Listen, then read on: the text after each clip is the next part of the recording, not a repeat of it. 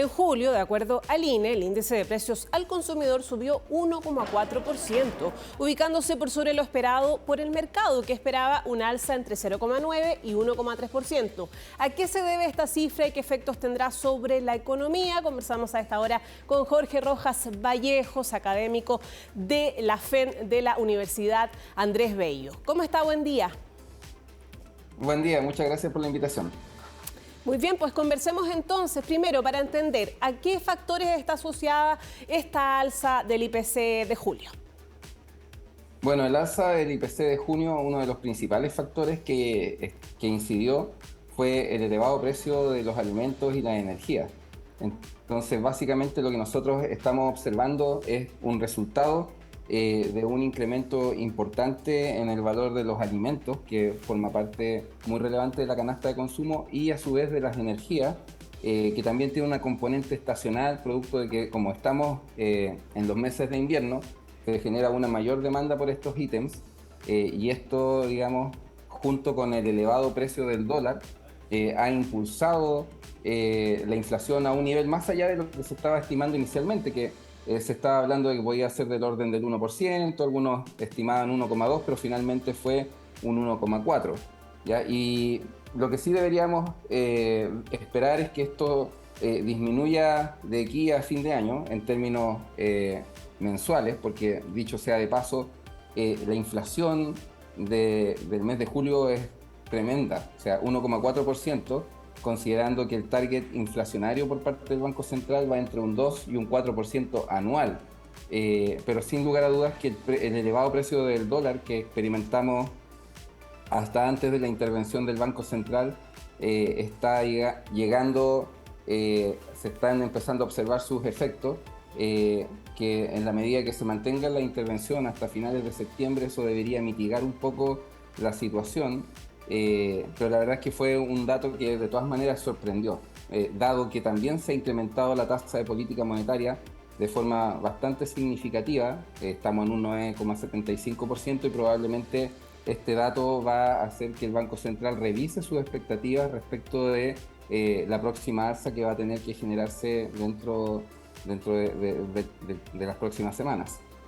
Jorge, lo quiero llevar a algo más cotidiano, porque claro, hablamos de la inflación del precio, del índice de precios al consumidor, del índice. En ese sentido, ¿qué productos? Porque viene septiembre, ¿no? Ya lo hemos conversado desde ayer, que ha sido tema. Por ejemplo, hay un alto consumo de carne. En ese sentido, vamos a ver también incrementos asociados a este escenario de nuestro país, más allá de la fecha puntual. Sí, o sea, nosotros vamos a, si recordamos los precios que observábamos en las fondas, ¿Ya? en el último 18 que celebramos vamos a encontrar que todo va a ser mucho más caro, porque hubo un año que no pudimos celebrar mucho por pandemia, el año siguiente hubo restricciones, y este año que va a haber más apertura es justamente un año donde el precio de las materias primas se ha incrementado de manera significativa. Y eso va a repercutir en el precio de las empanadas, de los anticuchos, o sea, la materia prima, la carne principalmente, va a verse con un precio bastante elevado, o sea, podríamos encontrar anticuchos de 14.000 pesos, por dar un ejemplo. Y esto obedece justamente a que, si bien es cierto, la inflación promedio de la canasta de consumo está en el 13,1%, la inflación de los alimentos es del orden del 21%, o sea, así que, bueno, y de la energía es casi un 23%. Es decir, que los bienes que más consume la clase media y los sectores más vulnerables son justamente los que más han subido de precio. Y esto se va a transmitir y se va a observar, digamos, en los precios que observemos en las fondas durante las fiestas patrias. Jorge, y hay otra consecuencia, ¿no? El precio de la UF, que tenemos entendido que en un mes va a subir 500 pesos, llegando a los 34.000 justamente para septiembre. Exactamente, yo no descarto que lleguemos a los 35.000 de aquí a fin de año. Y esto es sumamente preocupante porque, por ejemplo, si un dividendo el año pasado era de 500.000 pesos, este año debe estar del orden de los 560.000 pesos, o sea, es un incremento significativo en los dividendos que están pagando las distintas familias, o sea, prácticamente toda la clase media que tiene sus créditos hipotecarios se ha dado cuenta del significativo aumento de su dividendo, producto de que la UEF está indexada uno a uno con la inflación, ¿ya? Y en la medida que esta situación siga sin poder controlarse, vamos a seguir observando estos incrementos sustanciales no solamente en el dividendo de aquellos créditos hipotecarios que ya fueron pactados, sino que también en la tasa de interés de los nuevos dividendos que se vayan, o sea, de los nuevos créditos hipotecarios, claro, que se vayan conversando. Así que la verdad es que el Banco Central acá tiene un trabajo bastante desafiante porque debe intervenir para moderar el tipo de cambio y además tiene que estar preocupado de la situación inflacionaria interna. Si bien es cierto, la tasa de interés sirve un poco para controlar ambos efectos, dado el elevado precio del dólar y la intervención masiva que hizo con 25 mil millones de dólares, que prácticamente ocupó la mitad de las reservas disponibles que tenía. Si esta situación no se logra resolver desde sus fundamentos más básicos, nada hace pensar que quizás en el futuro otra intervención no vaya a ser necesaria, y el problema de eso es que si se interviene nuevamente o va a tener que ser con un monto mucho menor, o simplemente vamos a empezar a caer en una situación de escasez de reservas de dólares para poder seguir interviniendo hasta que eventualmente no se va a poder intervenir. Entonces, por eso es sumamente importante reducir la incertidumbre política y jurídica que ha desencadenado este proceso de espiral en el crecimiento del precio del dólar y que como repercusión indirecta ha sido este aumento en los precios domésticos de alimentos y combustibles principalmente. Jorge, hay un concepto del que se ha estado hablando bastante y me gustaría que primero lo explicáramos, que es la estanflación. ¿Qué significa? ¿Y estamos nosotros en ese escenario hoy? ¿Se podría decir?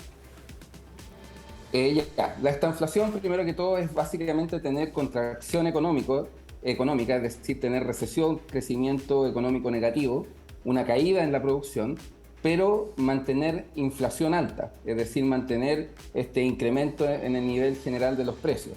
Hoy día técnicamente no estamos en esta inflación porque no estamos en una situación de recesión económica. Ya. Es cierto que hay desaceleración económica, ¿sí? El IMACEC nos ha ido mostrando que la economía está creciendo cada vez con menos fuerza, pero sigue creciendo. Y los precios, claro, se están elevando. Ahora, ¿qué es lo que sucede típicamente?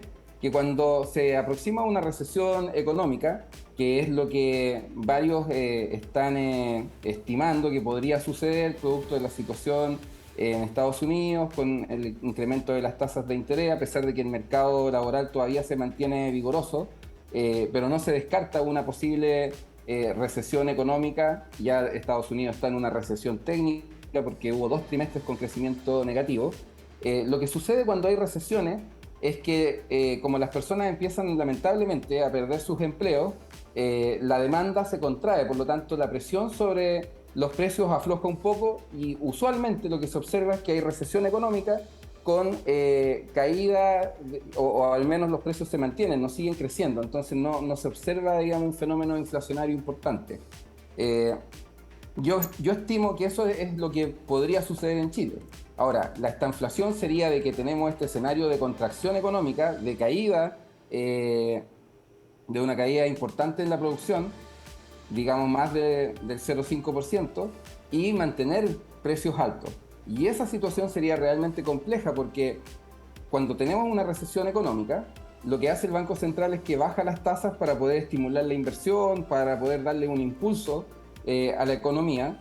La política fiscal puede acompañar también con eso, incrementando el gasto de manera de reactivar un poco la economía, pero como los precios están más o menos estabilizados producto de esta contracción en la demanda, entonces no se genera crecimiento. Pero si estamos en una estanflación, entonces el Banco Central no puede bajar la tasa de interés porque tiene que mantenerla alta para poder controlar los precios, y el gobierno debe limitar su gasto, porque si lo incrementa, entonces va a generar más presión sobre los precios desde el consumo del aparato público. Así que sería, la verdad, una situación bastante compleja de resolver si es que llegáramos a estar en un escenario de ese tipo. Bien, Jorge, muchas gracias. ahí nos aclaraste el concepto, ¿cierto?, del que se ha estado hablando, y también, por supuesto, hablamos de estas proyecciones. Jorge Rojas Vallejo, académico de la Facultad de Economía y Negocios de la UNAP. Buen día. Buenos días, muchas gracias.